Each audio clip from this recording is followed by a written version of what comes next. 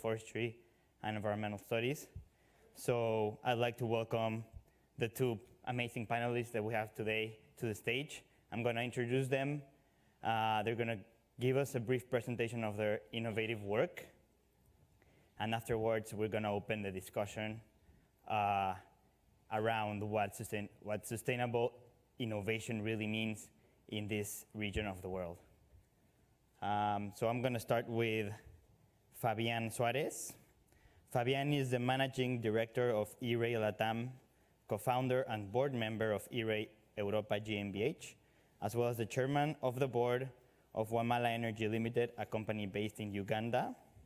He's a specialist in sustainable infrastructure, using renewable energy systems combined with digital applications like space-based IoT.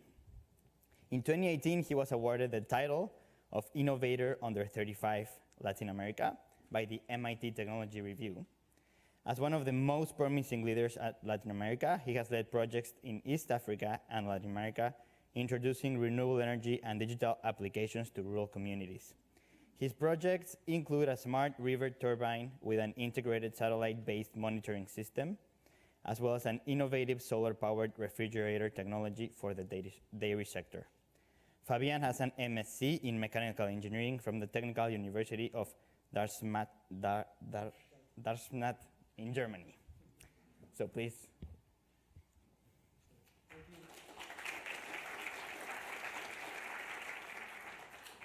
And our second panelist, Carolina Zambrano. Carolina has over 11 years of experience promoting climate action and sustainability in Latin America from the public, philanthropic, and civil society sectors. Currently at EVOS, she's director of the All Eyes on the Amazon program for Ecuador, Brazil, and Peru. She has held leadership positions at the national and local levels in Ecuador, including Vice Minister of Science, Technology, and Innovation, Undersecretary of Climate Change, and Director of Environmental Policy for the city of Quito. For 5 years, she was also responsible for Latin America in the Sustainable Cities program of Avina Foundation. Since 2008, Carolina has combined her professional work with academia as a lecturer in the master's program in climate change and environmental negotiations at Universidad Andina Simón Bolívar. She is a biologist and has a master's degree in public administration from Harvard University and a master's of environmental management from where else than the Yale School of Forestry and Environmental Studies. So, Fabián, please take the floor.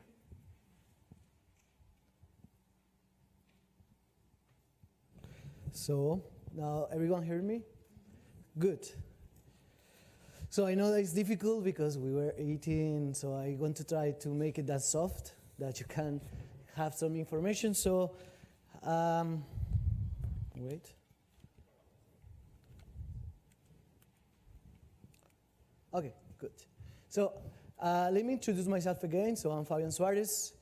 I'm the managing director of E-Ray Latam and the board member of E-Ray Europa, also the co-founder and the chairman of Wamala Energy, which is a Uganda-based company.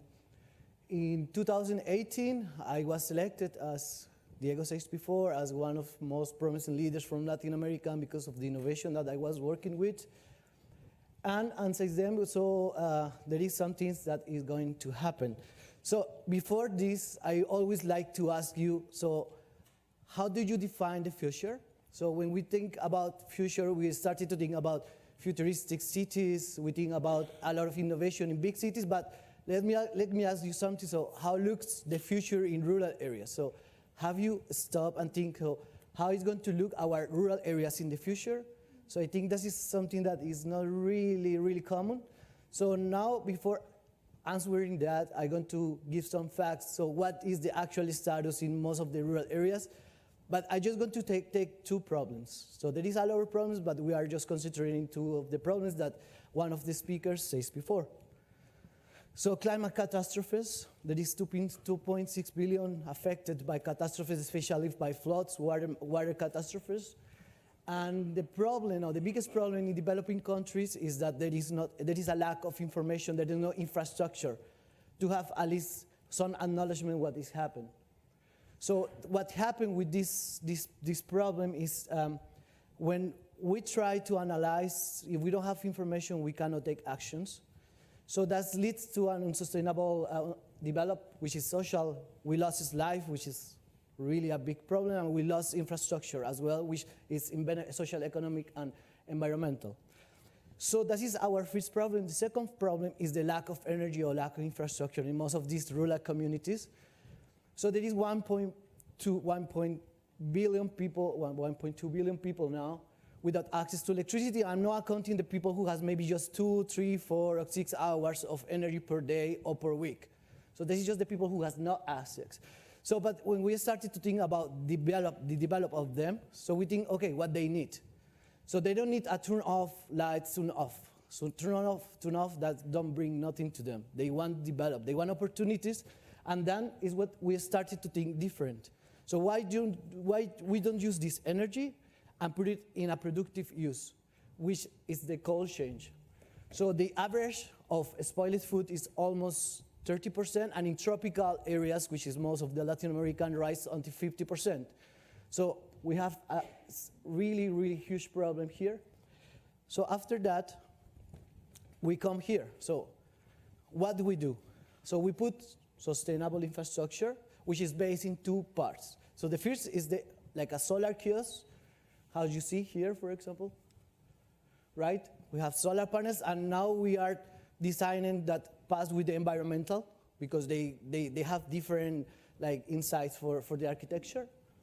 And second, we have the river turbine, which has a satellite, integrated satellite monitoring system, which collect data of the river. So in the end, the business model of what we are doing, because we are a company, is we are selling hydrological information, and we are selling ice cubes for food preservation. Why ice cubes? Because with ice, you can refrigerate more than when you have just a refrigerator inside. So you can have at least 50% more of the things that you can refrigerate.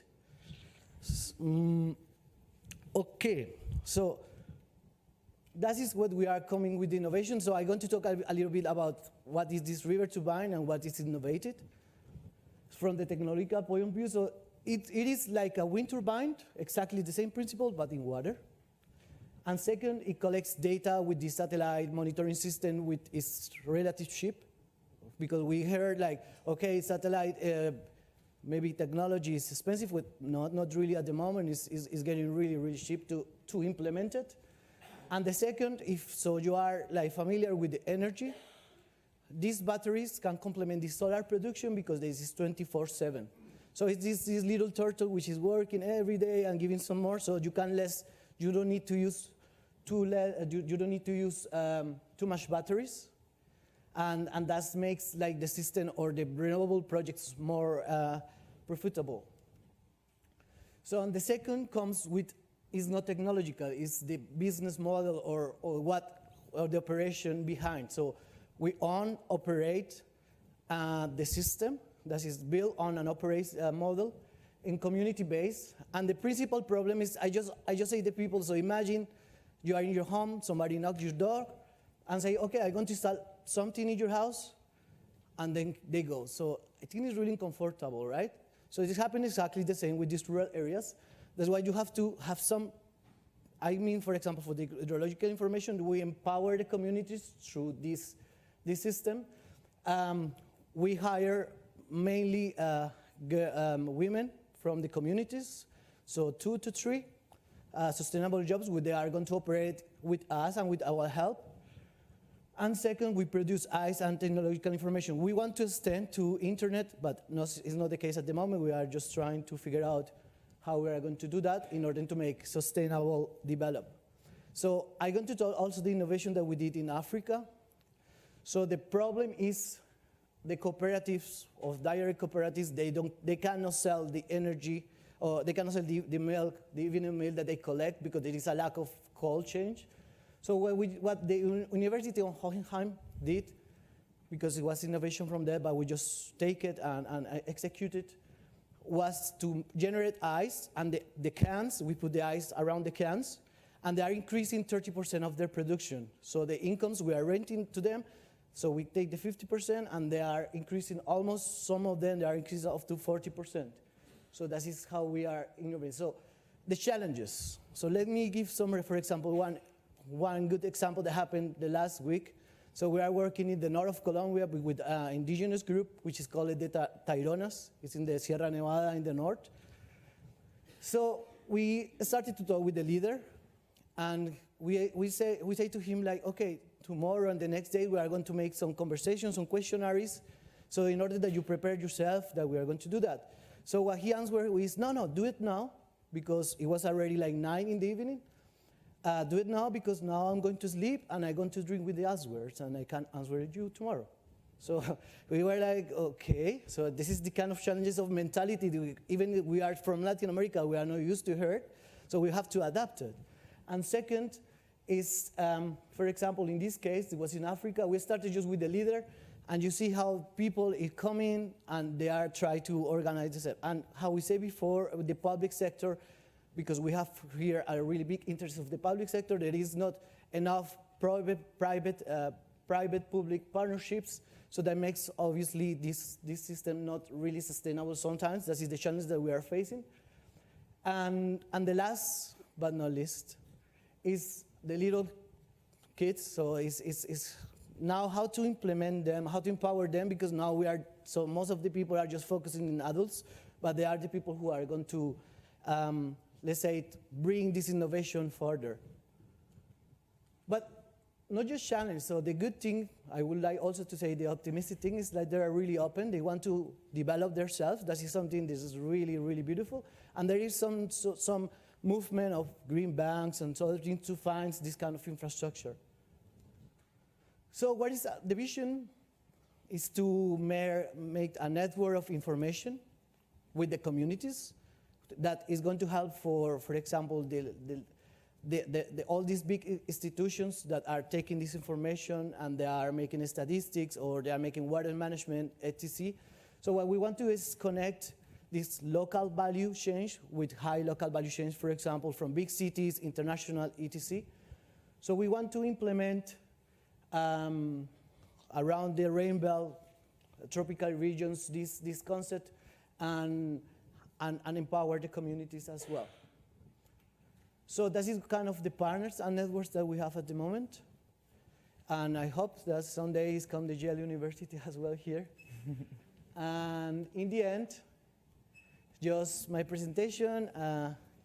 That is how we want to see the future of the communities. We want to see that they have opportunities, that somebody wants to work there, they can move to there and make maybe telework. So I always say that in California, for example, there are already some stores. When you go, there is a robot, there is a screen, and you talk with some salesperson, which is maybe based in other 200 kilometers far away or something like this. So why not come and maybe some local indigenous people talk with you and sell you something, or somebody from different country background that you can have a better user experience. So thank you very much, and I hope you enjoyed the presentation.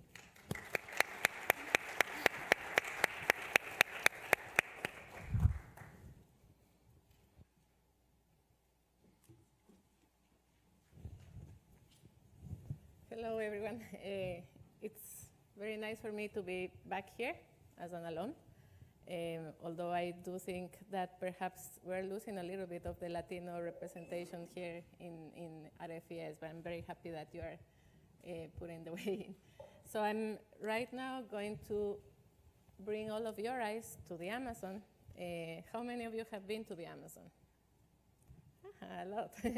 So perhaps when I talk about the Amazon, well, that's like the whole Amazon, so that you can see how big it is and all the countries that are part of it. But I think that perhaps when you imagine the Amazon, you imagine something like this, right?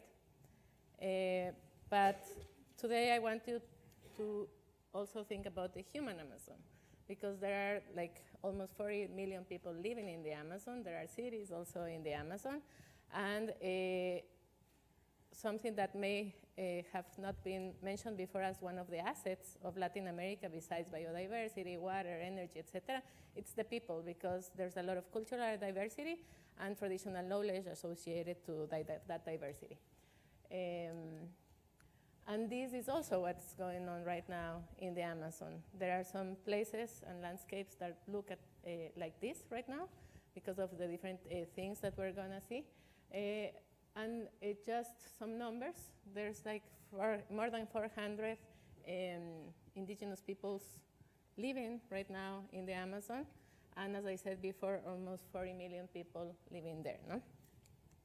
And it's people like Alexandra, who is a women guardian of the forest in Ecuador. She's from the Sinangoy community.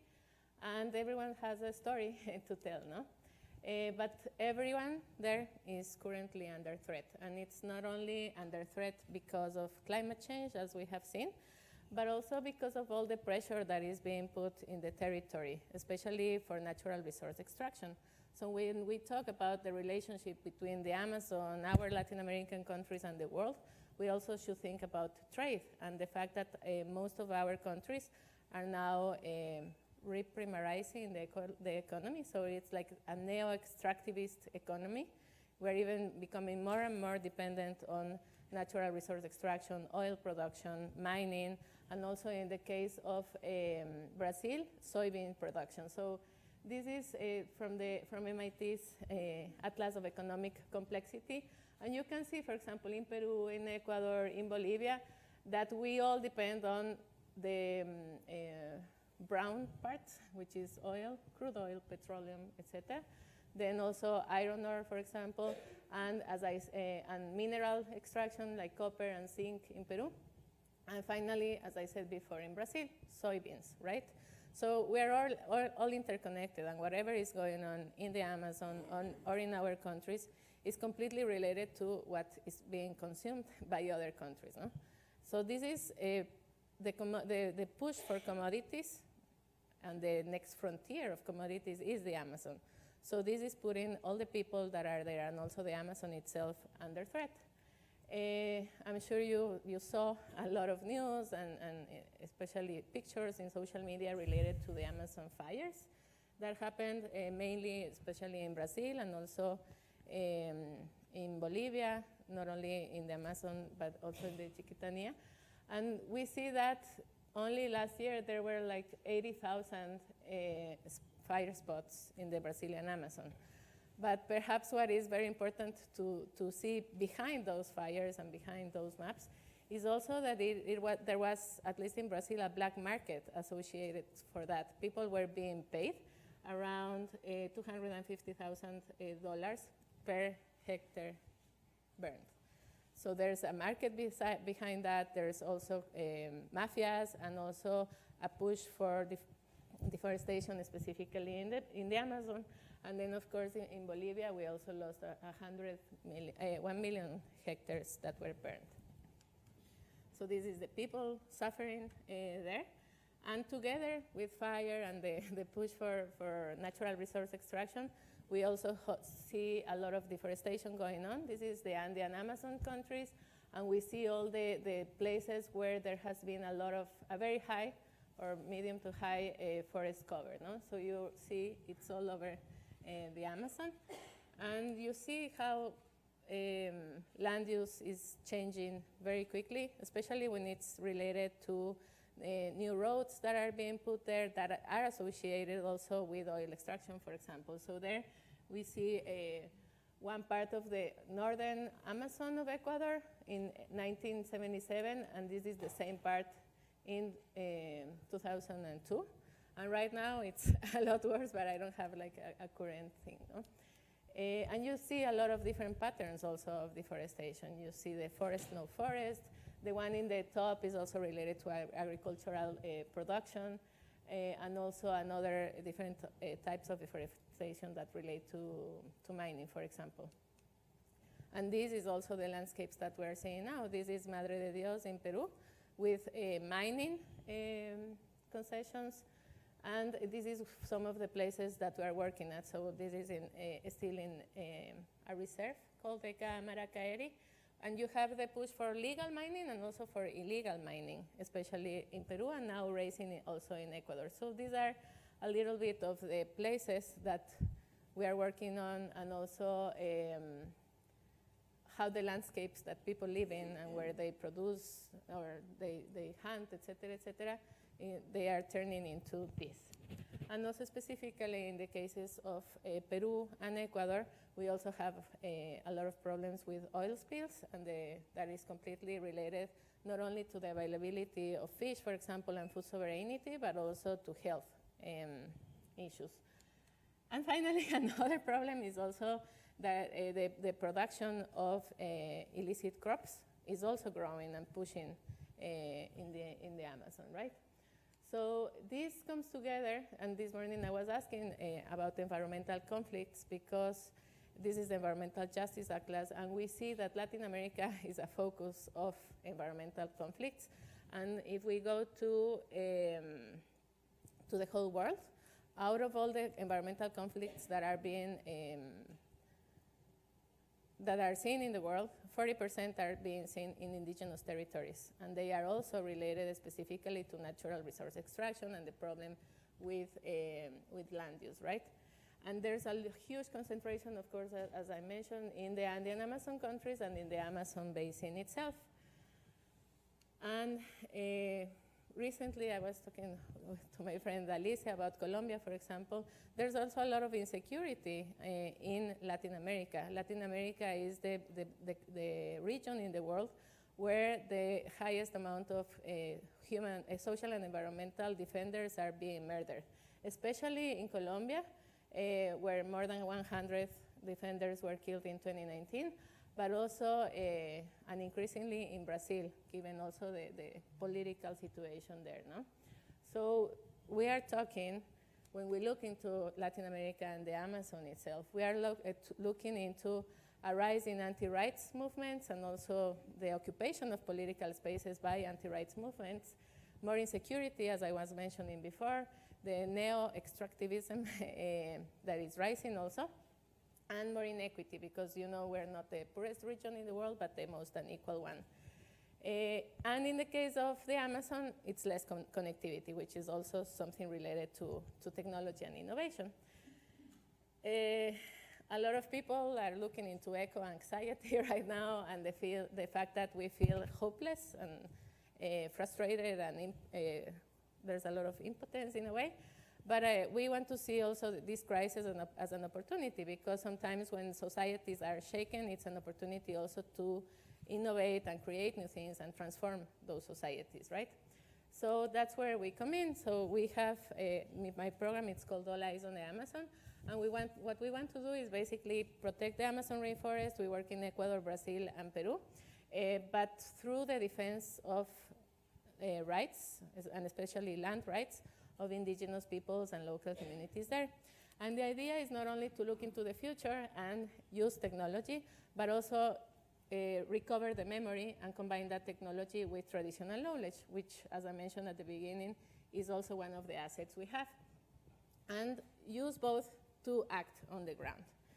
And the program is being implemented by a very big coalition of 26 organizations. And this is one kind of innovation that I think is also important. It's social innovation, because right now all of the systemic problems that we have to be solved through collaborative processes. And through collaboration and bringing a lot of different organizations together, it's when more innovative ideas and different more reality-oriented solutions come out. It's not easy at all to work with 26 organizations, but we bring together not only environmental organizations or human rights ones, but research, technology, and also indigenous peoples organizations working together to try to solve this issue. So we work, as I mentioned, in the 3 countries, and we work in 3 sites per country.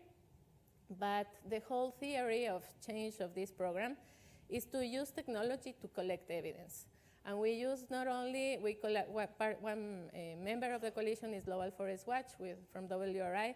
So there's an early warning deforestation system that creates an alert, in a way, of deforestation that is going on into the territory. But the most important part is that there's also community monitoring of what's going on on the ground. So if you get a deforestation alert, then the local communities, first they know if it's real or not, and they go to the place and they document that. And they can use mobile applications, drones if it's far away, and also video. And the whole idea is to use that to collect evidence, but in a way that that evidence can be used for strategic litigation, for taking legal actions, and also for advocacy and communications initiatives. So it's first using technology to collect evidence, which a lot of programs, I think, in the world do, but mostly acting through legal campaigning and advocacy strategies. So for example, in Ecuador, we have 2 cases with the Guarani community and the Sinangoe, where they collected all this evidence. They are also mapping the territory so that they can have it legalized. And then they used it in court. And they won 2 cases against the national government of Ecuador. This one, the Guarani, is for their failure to implement the free, prior, and informed consultation for oil extraction in their territory. And the other one was related to illegal mining that was happening in the territory of the COFAN. Then, for example, another technology we use is also overflights, and also in Brazil, in the Caripuna territory, what happened is that through an overflight that was done by Greenpeace, which is one of the co-leaders of this program, they realized that the destruction of the forest and the deforestation was almost 4 times bigger than what official data was saying. And this was used afterwards for going to the International the Permanent Forum of Indigenous Affairs of the UN, but also to file a complaint at the Public Ministry of Rondônia in Brazil. Another example is also in Brazil with the Guardians of the Maranhão, where they documented and realized that there were marijuana plantations. And what they did is afterwards work with the government to have some expeditions there and destroy the plantations. But so it's collecting evidence and then acting through legal action, but not necessarily always through legal action. But there's also a big part related to social mobilization. And the thing is that indigenous peoples, especially, for example, in Brazil right now, they are going to Brasilia and having Escola Campamento Terra Libre. They work out, they go to the big cities also to have people and also the government realize that they are there and also try to mobilize a public opinion. We have another part of the program is also supporting the few indigenous women that are also in positions of power, especially as parliamentarians. So there's now a network of indigenous Congress women, both from the Amazon and also from the highlands in Latin America. And the idea is that being there, they can also introduce policy innovation from their cosmovision and traditional knowledge. And finally, of course, not only mobilizing public opinion within each country or each city, but also internationally. So in the Netherlands, for example, there was the Am Estonia campaign, or this is in Berlin, because also international governments can put pressure on governments like Brazil, Ecuador, and Peru to change the policies or to improve the policies. And the final pillar of our program is also connecting people and exchanging ideas. And through those connections between different guardians, for example, from Ecuador, Brazil, colonas from Ecuador, and the people that are working on the ground, connecting and exchanging ideas, exchanging also strategies to defend their land, and generating collective learning, not only individual learning, but collective learning. So I think it all comes down to not only technological innovation, but political innovation, which is something that we need in our countries, but also here in the US, I would say, which is more related to closing the gap between the citizens and the governments, right? So by increasing political participation, also by improving transparency and accountability, and that's where, for example, internet and technologies and social media are a key tool, encouraging innovation in government and also supporting independent media. So in Latin America, there's around 600 initiatives related to political innovation in different areas, no? But we see some of the pillars of that, like internet as a tool, occupation of spaces, which is one thing that I mentioned, and collaboration networks. There's a lot of challenges. I would like to just focus on one, and it's not only having the knowledge or the tools or anything, but they need to have trust relationships between people and between organizations. And perhaps we don't think about that specific part that much, but that is the basis for any specific program or idea or a company to work. And this is my daughter, and I hope that she can visit the Amazon and see the Amazon that I saw, that I have seen since I was little. And I think that's what you should expect for your kids when you have them. Thank you.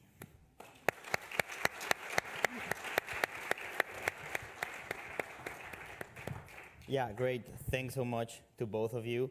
I think it is worth highlighting that even though there are very different types of innovation and innovative approaches to a problem, I think you both addressed a very key issue here, and that the people is the center of what should be innovative.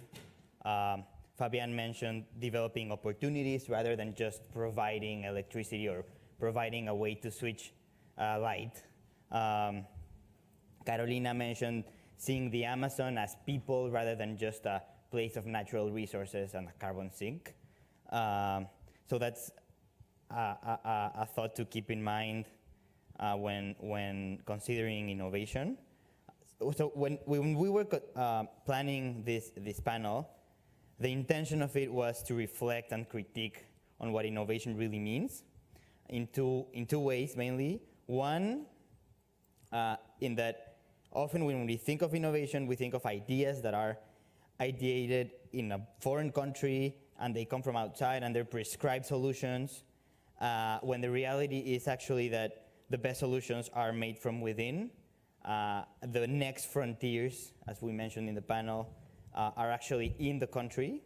And two, that this idea of that innovation is always centered in very advanced digital technology, when it's actually the true inverse. It's about reframing the issues in a way that put a light on the people.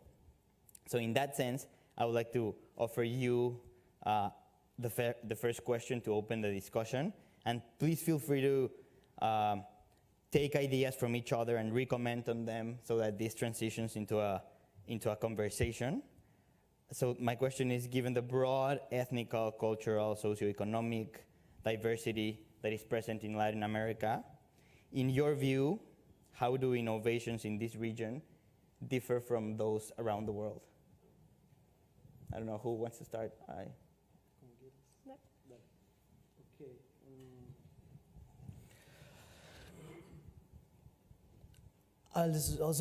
I would say that innovation depends on the context, right? And in this fact, we have to split Latin America in two fields. One is the cities and one is the rural areas.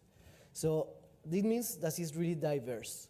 It's really diverse. Latin America is really diverse than when we can find maybe the most diverse region in the world. And that means for innovation, we are going to have innovation we can be escalated to developing countries or even to first world. Let's say when big cities, we have already digital applications, but we also have really small innovations which can be applied also to really, let's say Africa, Asia, or these developing areas. So in my opinion, innovation in Latin America is really diverse and involve a lot of stakeholders, which means from really, really low income people to high levels. And in the end, that is maybe the characteristic of innovation from Latin America, in my opinion. I think you mentioned scaling up. I think Latin America is a good place to scale up specific innovations, especially because it has a very strong social fabric and strong grassroots movements, and that are interconnected between each other. So I think that when a good idea or a good initiative comes into one of those grassroots movements or in one city, for example, it's easy for it to scale to other places. No? It's a little bit different between Brazil and I would say the rest of Latin America, but even there are initiatives that work in both worlds. The other thing that I think is important is that we do have a lot of traditional knowledge related to the local communities, the indigenous peoples and local communities that are there, but that are capable of sucking in technology too. So the ability to mix both and look back and recover the memory, because they are the ones that were able to live in harmony with nature for such a long time until we came in, and then at the same time absorb these new ideas and technology and mix them, gives a unique opportunity for coming out with positive things. And the other thing I think is key is the role of women. That in the case of indigenous people, for example, women are deeply interconnected to natural resources. They really know the cycles, the water, the chakra, where they plant the food. And I think women are also key agents of change that are super affected by things like climate change because of that interconnection, but also have a lot of knowledge, even traditional knowledge associated to genetic resources that can provide really good input or feed into new ideas and solutions for climate change and other global issues. Yeah, absolutely agree. I think Latin America is a land of a lot of trouble, but also a land of opportunity. And yeah, scaling up in this region is, it's a very good ecosystem to scale up new things. Also, I think that innovation should consider what has been done and the past knowledge that Latin America so much concentrates. And that's also a great lever to look into the future with brighter eyes. I don't know if someone from the audience has any questions for our panelists. I think there are a couple of mics going around.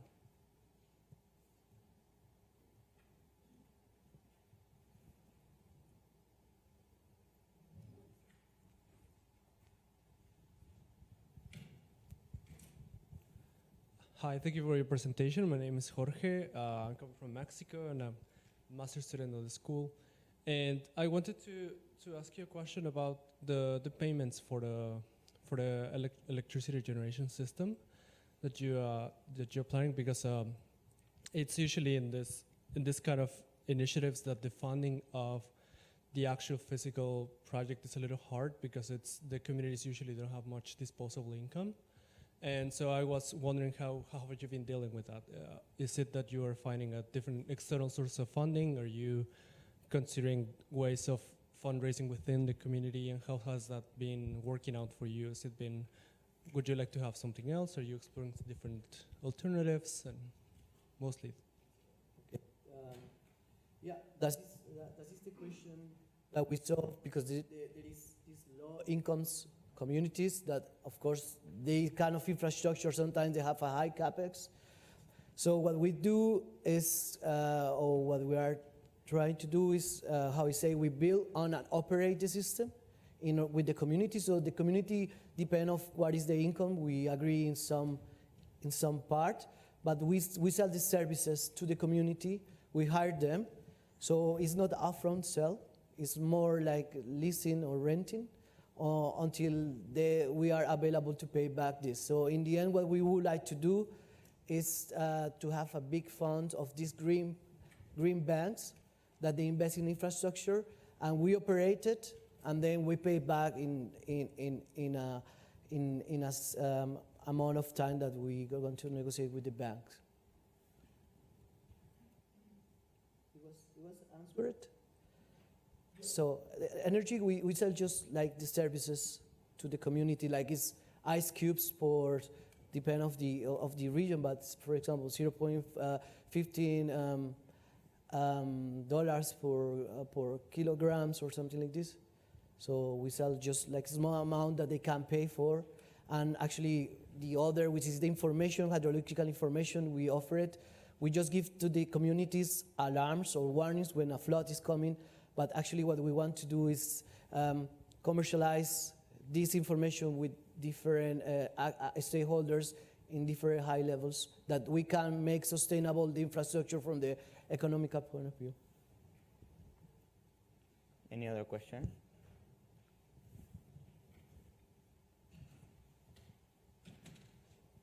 Yes, I want to ask somebody else, or?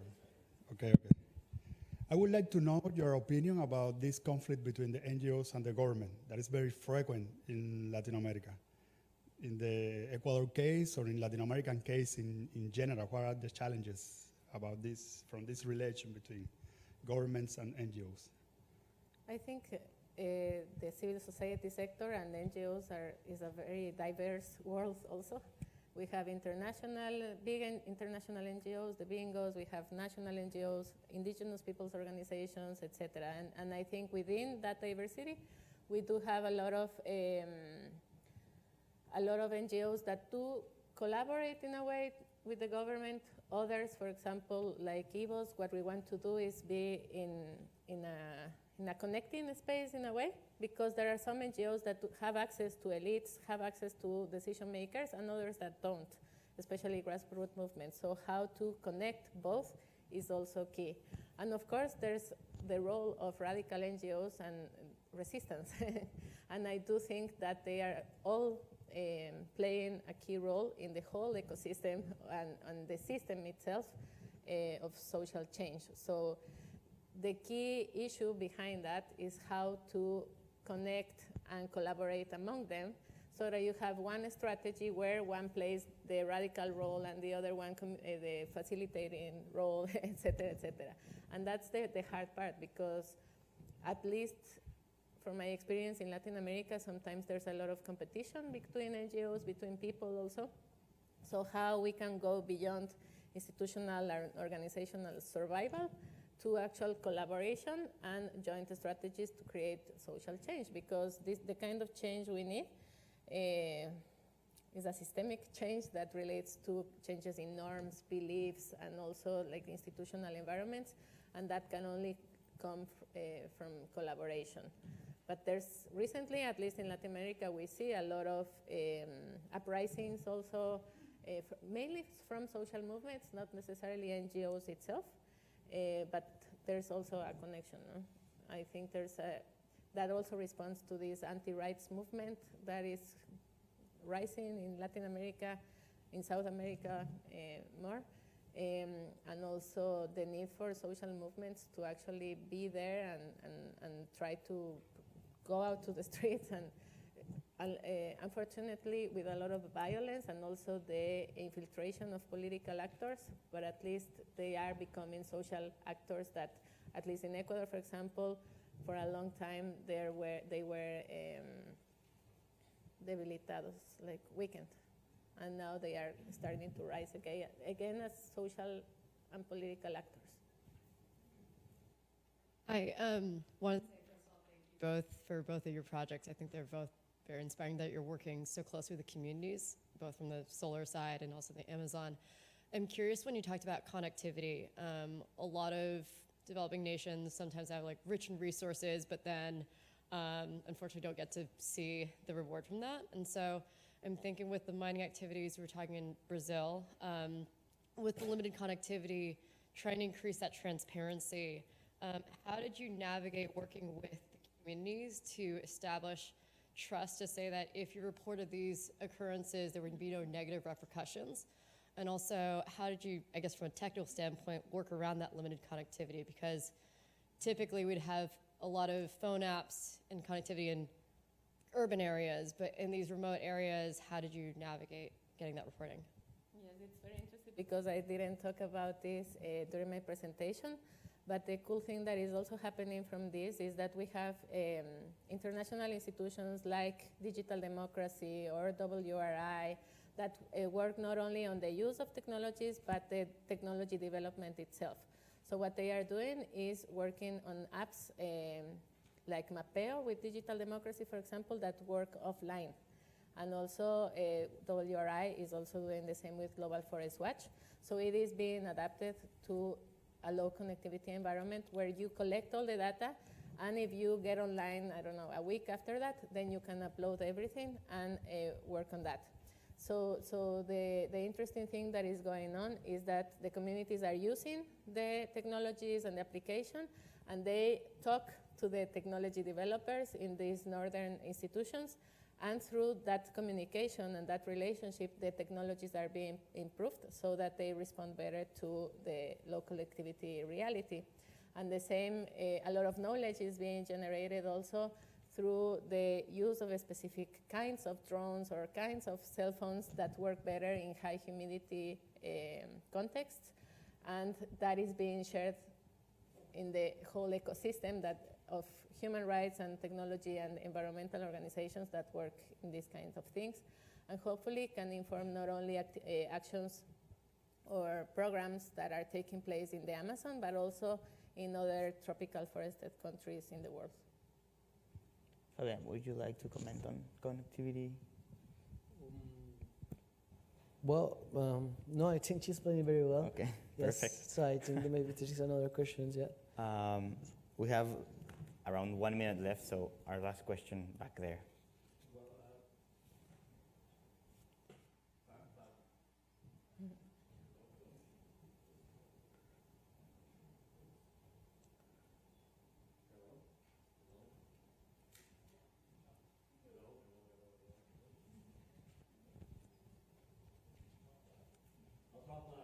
So, I think the very interesting thing, one comment, one quick question about Fabian's presentation. It's the first time I've heard a green energy alternative put forth in this space that's actually decentralized, because those kind of power generation is socially and environmentally not so damaging when decentralized, but when it's centralized like a large solar panel or wind turbine plantations, then it's environmentally and socially devastating. I would need to know a lot more about your proposal to know if I would be fully on board or not, but I commend the decentralization aspect. For Carolina, I wanted to ask about the perspectives for a post-extractivist economy, because we've seen both the conventional conservative governments in the region with extractivist policies, and then the so-called progressive governments with neo-extractivist policies, and neither one nor the other has been very positive for indigenous people in the Amazon region. Do you see, or does EVOS have any kind of perspective on any kind of post-extractivist economy policy or policy? Yeah, I thank you for your question, because I think that's the key part. We can do a lot to promote, I don't know, sustainable mobility and resilient practices, but if we don't change our economic model, then we are screwed. So it has to relate to economic diversification and more complexity, as I mentioned before. And that's where the different kinds of science, technology, and innovation circles should come in. In my previous role, where I worked on that, I think we need to create some sort of innovation hubs related to biological diversity and also genetic resources, because they can be, for me, the key to the diversification of the economy. But of course, you need resources to invest in science, technology, and innovation, and those resources for now still come from oil production, and so it's very hard to come out of that dependence, especially in very lowly, very not complex economies like ours. Because if you see the map that the Atlas of Economic Complexity, developed countries, you have a lot of different colors and products, etc. But our economies are really, really basic and not complex. And the flow of ideas that someone mentioned before between the countries, that's what also opens the door to know-how and the specialization that comes from other countries, and that may allow for technology and innovation specifically to develop there. But I would say that in our cases, the diversification of economy and the generation of biological entrepreneurships, bio-entrepreneurship, and also new ideas related to pharmaceuticals and genetic resources may be the way out. But it relates also to political will and the political vision. And again, even if it's right or left governments, they are all based right now in extractivism. Yeah, thanks so much. So just to sum it up really quickly, I think we see here a trend on decentralization and diversification of ideas, of sources, both in terms of technology, in terms of society, in terms of political power. So I guess the conclusion is that innovation should come from very teeny tiny ideas that grow out of the communities that are trying to create opportunities for themselves. So with that in mind, I would like to thank our panelists with a big round of applause.